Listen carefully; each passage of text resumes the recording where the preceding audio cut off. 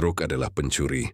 Dalam sekejap mata, ia bisa datang tanpa permisi, lalu mencuri kemampuan kita untuk berbicara, berjalan, tersenyum, bahkan mencuri ingatan kita akan wajah orang-orang yang kita cintai. GERD adalah salah satu penyebab utama kelumpuhan dan kematian di seluruh dunia. Tapi, tahukah Anda, ada sebuah fakta yang penuh harapan. Menurut data dari World Health Organization, WHO, hingga 80% kasus stroke sebenarnya bisa dicegah.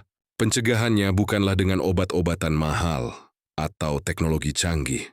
Pencegahannya terletak pada rutinitas harian yang kita bangun atau yang tanpa sadar kita abaikan. Di video ini, kita akan bongkar tuntas 7 rutinitas sederhana yang bisa menjadi benteng pertahanan terkuat Anda melawan stroke. Jika Bapak dan Ibu merasa informasi ini bisa menyelamatkan nyawa, mohon tekan tombol like sekarang juga, dan bagikan video ini setelah selesai, agar lebih banyak keluarga yang terselamatkan.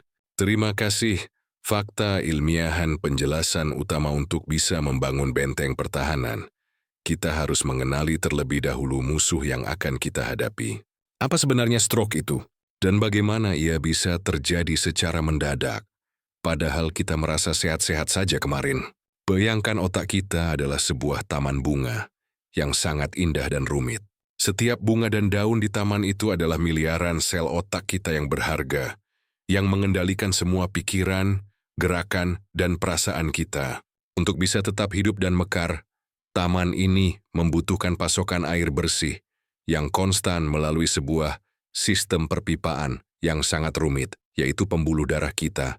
Stroke terjadi ketika pasokan air ke sebagian taman ini tiba-tiba terhenti atau terganggu. Menurut American Stroke Association, ada 2 jenis bencana utama yang bisa terjadi pada sistem perpipaan ini.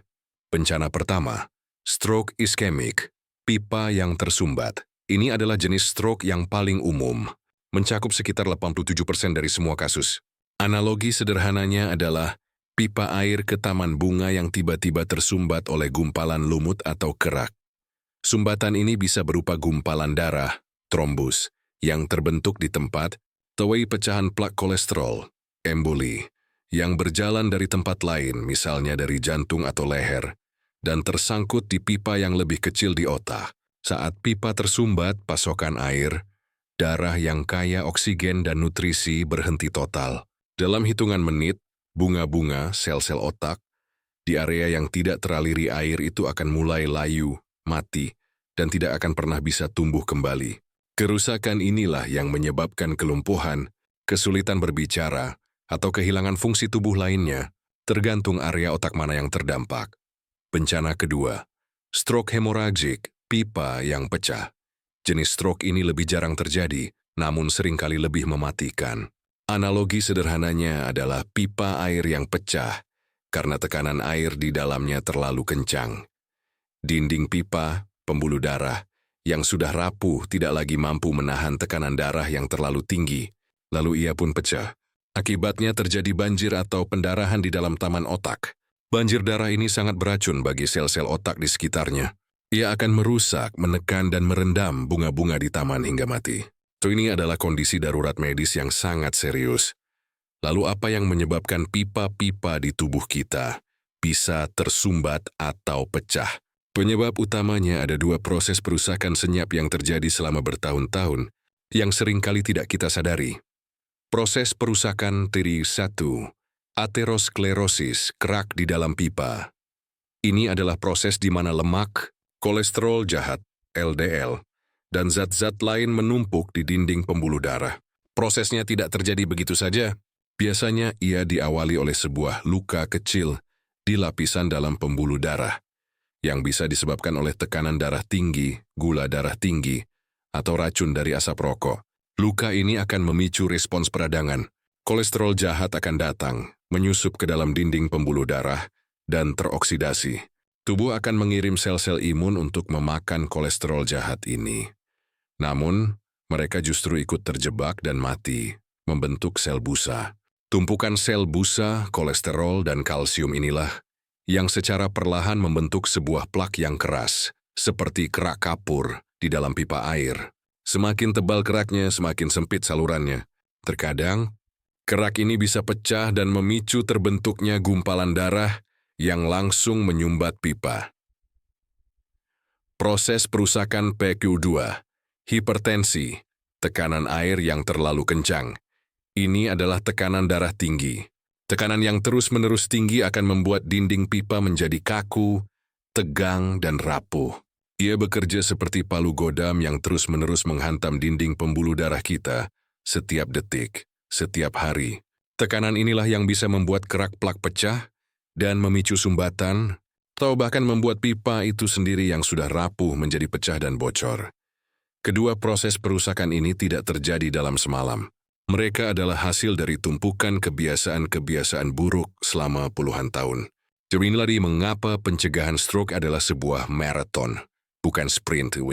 Kesalahan satu sebelum membahas 7 rutinitas pencegahannya, kita harus jujur pada diri sendiri dan mengenali 3 kesalahan atau ancaman tersembunyi yang paling sering menjadi biang keladi dari pipa tersumbat dan pipa pecah di dalam tubuh kita. Ancaman tersembunyi. Pertama, mengabaikan sang pembunuh senyap bernama hipertensi. Ini adalah kesalahan paling fatal dan paling umum.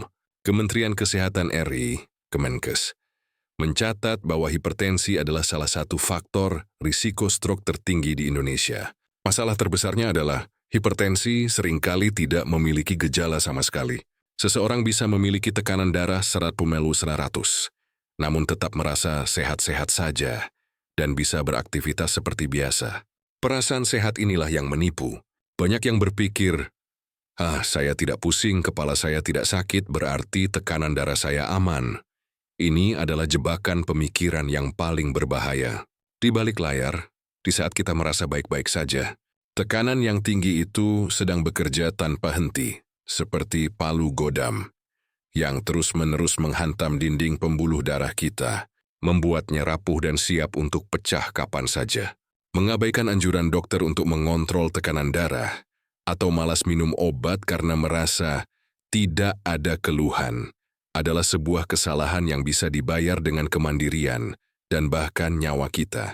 Tapi yang lebih berbahaya, ada satu kondisi lain yang seringkali bekerja sama dengan hipertensi untuk merusak pembuluh darah kita dari sisi yang berbeda, ancaman tersembunyi. Kedua, membiarkan gula darah tinggi merusak lapisan anti lengket. Pipa jika hipertensi merusak pipa dengan tekanan fisik, maka diabetes atau gula darah tinggi merusaknya dengan serangan kimia. Kadar gula yang tinggi dalam darah akan merusak lapisan endotelium, yaitu lapisan super tipis dan licin di bagian dalam pembuluh darah kita. Bayangkan lapisan ini adalah lapisan teflon anti lengket di dalam pipa yang memastikan semuanya mengalir lancar. Gula darah tinggi akan mengikis dan merusak lapisan teflon ini, membuatnya menjadi kasar, bergerigi, dan lengket. Permukaan yang kasar dan lengket inilah yang akan menjadi tempat ideal bagi kerak kolesterol untuk mulai menempel dan menumpuk, memulai proses aterosklerosis. Gula darah yang tinggi juga membuat darah menjadi lebih kental, yang mempermudah terbentuknya gumpalan. Inilah mengapa risiko stroke pada penderita diabetes bisa meningkat hingga 2-4 kali lipat. Namun yang jarang diketahui, ada satu lagi kebiasaan yang seolah-olah mematikan sistem perbaikan alami pembuluh darah kita. Ancaman tersembunyi. Ketiga, gaya hidup mager atau malas gerak.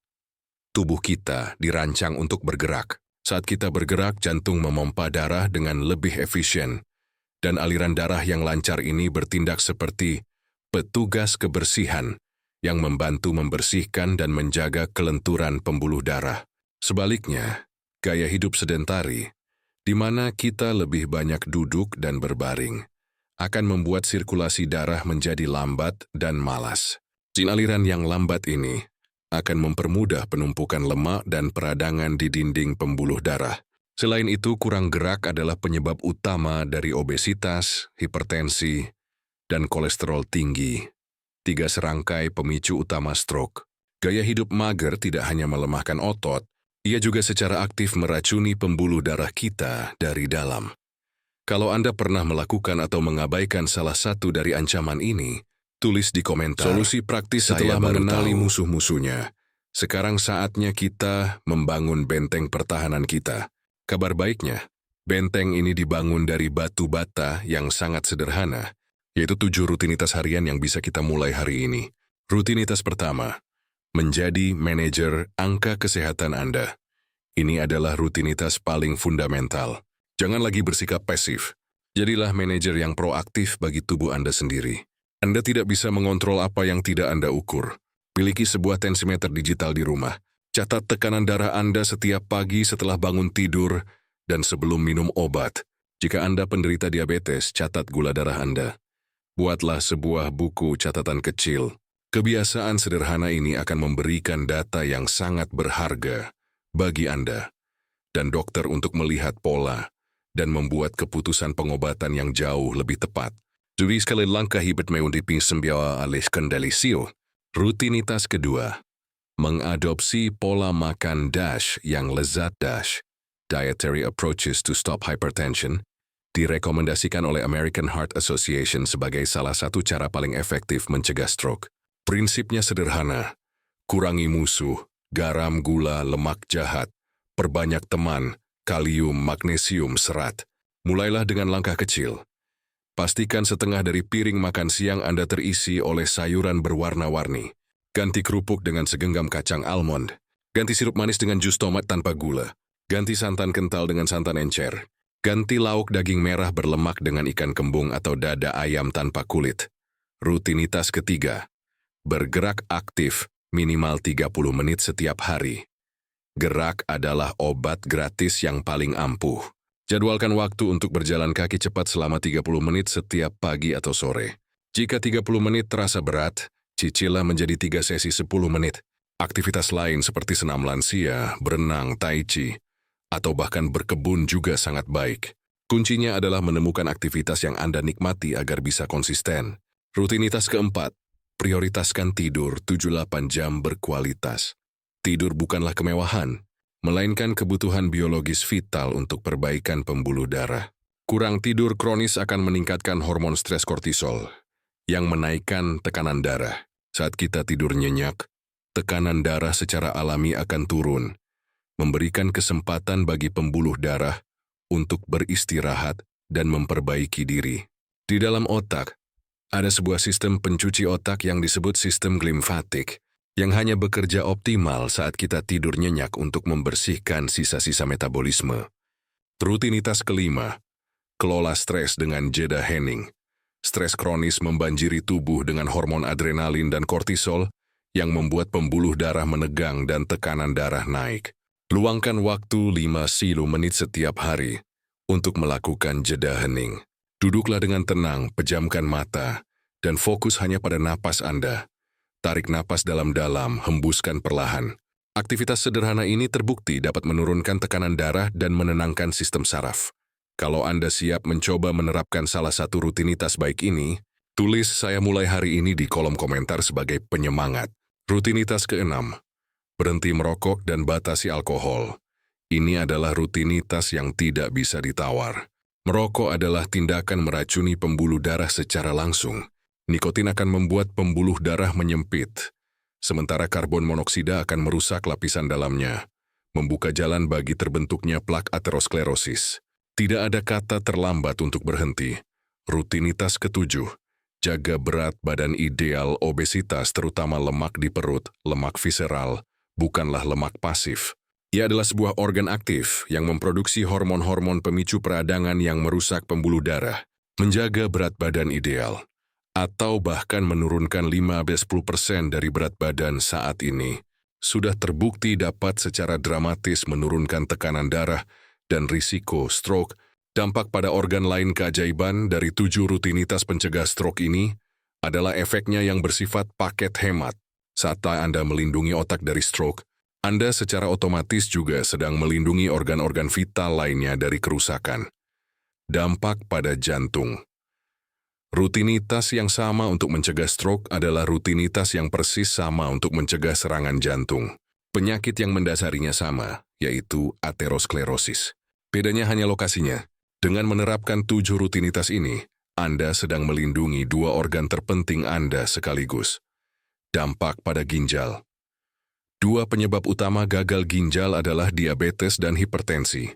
Rutinitas mengontrol angka keramat, gula darah dan tekanan darah adalah langkah nomor 1 untuk menyelamatkan filter ginjal Anda dari kerusakan jangka panjang. Menjaga ginjal tetap sehat juga akan membantu mengontrol tekanan darah, menciptakan sebuah lingkaran kesehatan yang positif. Dampak pada mata. Pembuluh darah di retina mata adalah salah satu yang paling halus di tubuh. Menurut American Diabetes Association, diabetes adalah penyebab utama kebutaan pada orang dewasa. Begitu pula hipertensi yang bisa menyebabkan kerusakan retina. Dengan menjaga pembuluh darah di seluruh tubuh tetap sehat, Anda juga sedang menjaga kejernihan penglihatan Anda hingga di usia senja. Dampak pada mobilitas dan kemerdekaan. Mencegah stroke juga berarti kita aktif bergerak dan menjaga kekuatan otot. Hal ini secara langsung akan mengurangi risiko jatuh, yang merupakan ancaman besar lainnya bagi kemandirian lansia. Dengan kaki yang kuat dan keseimbangan yang baik, kita bisa tetap aktif dan mandiri lebih lama. Ada banyak mitos menakutkan seputar stroke. Mari kita luruskan beberapa di antaranya agar kita tidak salah langkah. Mitos pertama, stroke hanya menyerang orang tua di atas usia 70 tahun.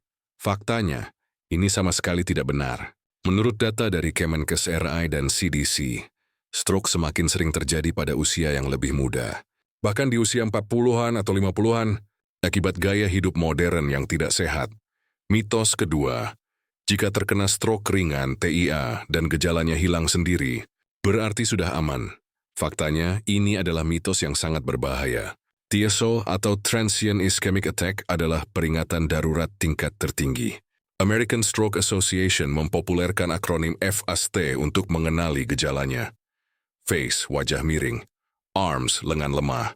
Speech, bicara pelo. Time, waktunya segera telepon ambulans. TIA adalah tanda stroke besar akan datang. Mitos ketiga, minum aspirin dosis rendah setiap hari bisa mencegah stroke untuk semua orang. Faktanya, aspirin tidak boleh dikonsumsi sembarangan. Mengonsumsinya tanpa anjuran dokter justru bisa meningkatkan risiko pendarahan lambung. Aspirin hanya direkomendasikan oleh dokter bagi orang-orang dengan risiko kardiovaskular yang sangat tinggi. Johnny UV semula pengobatan sendiri. Kalau Anda baru tahu fakta ini, terutama tentang TIA dan akronim FAST, klik like dan bagikan video ini. Rangkuman dan arahan harian kesimpulannya sederhana. Mencegah stroke bukanlah hal yang rumit. Kuncinya adalah konsistensi dalam menjalankan rutinitas harian yang sehat. Mari kita rangkum 7 rutinitas tadi menjadi sebuah panduan cerdas yang mudah diingat, yaitu prinsip cerdik, yang juga digalakkan oleh Kementerian Kesehatan. C. Cek kesehatan secara rutin. Ini adalah bentuk perhatian kita pada tubuh. Jadilah manajer bagi tekanan darah dan gula darah Anda. I. Enyahkan asap rokok. Ini adalah bentuk cinta kita pada paru-paru dan pembuluh darah. NR. Rajin aktivitas fisik. Ini adalah obat gratis untuk melancarkan sirkulasi dan menguatkan jantung. D. Diet seimbang. Ini adalah cara kita memberi bahan bakar terbaik bagi tubuh. Bukan racun. I. Istirahat. Cukup. Ini adalah waktu bagi tubuh untuk servis dan memperbaiki diri. K. Kelola stres. Ini adalah cara kita menenangkan mesin tubuh agar tidak cepat panas dan rusak. Mulailah dari satu hal kecil hari ini. Mungkin hanya dengan tidak menambahkan garam saat menumis sayur, atau berjalan kaki 10 menit setelah makan malam. Perubahan besar selalu dimulai dari langkah sederhana. Sebagai penutup, Bapak dan Ibu, izinkan saya berbagi sebuah perenungan singkat. Saya teringat kisah 2 orang sahabat karib yang memasuki masa pensiun bersama. Sebut saja Pak Tono dan Pak Budi. Keduanya memiliki riwayat tekanan darah tinggi. Pak Tono sangat disiplin. Dia mengubah pola makannya, rajin berjalan pagi, dan patuh pada anjuran kesehatan. Sementara Pak Budi seringkali abai. Nanti saja. Badan masih terasa enak, katanya. Beberapa tahun kemudian takdir memperlihatkan hasilnya. Pak Tono masih bugar di usianya yang ke-70. Masih bisa menggendong cucunya dan berkebun. Sementara Pak Budi, setelah terkena serangan stroke, kini harus menghabiskan hari-harinya di kursi roda. Suatu sore, saat Pak Tono menjenguk sahabatnya, Pak Budi menatapnya dengan mata berkaca-kaca dan berkata lirih, "Ton dulu, setiap rupiah saya tabung untuk masa tua. Ternyata saya lupa menabung langkah kaki dan napas yang teratur. Sekarang saya punya tabungan tapi saya tidak punya kemerdekaan. Kemerdekaan terbesar di usia senja bukanlah harta, tapi kemampuan untuk pergi ke kamar mandi sendiri. Kisah ini adalah pengingat yang sangat kuat. Pencegahan stroke bukan hanya tentang memperpanjang umur. Ini adalah tentang memperjuangkan kualitas hidup dan kemandirian kita. Setiap langkah sehat yang kita ambil hari ini adalah sebuah deklarasi kemerdekaan untuk hari esok kita. Kalau video ini bermanfaat, bagikan ke grup keluarga Anda. Satu klik Anda bisa menjadi pengingat berharga bagi orang yang Anda sayangi. Terima kasih telah menyimak.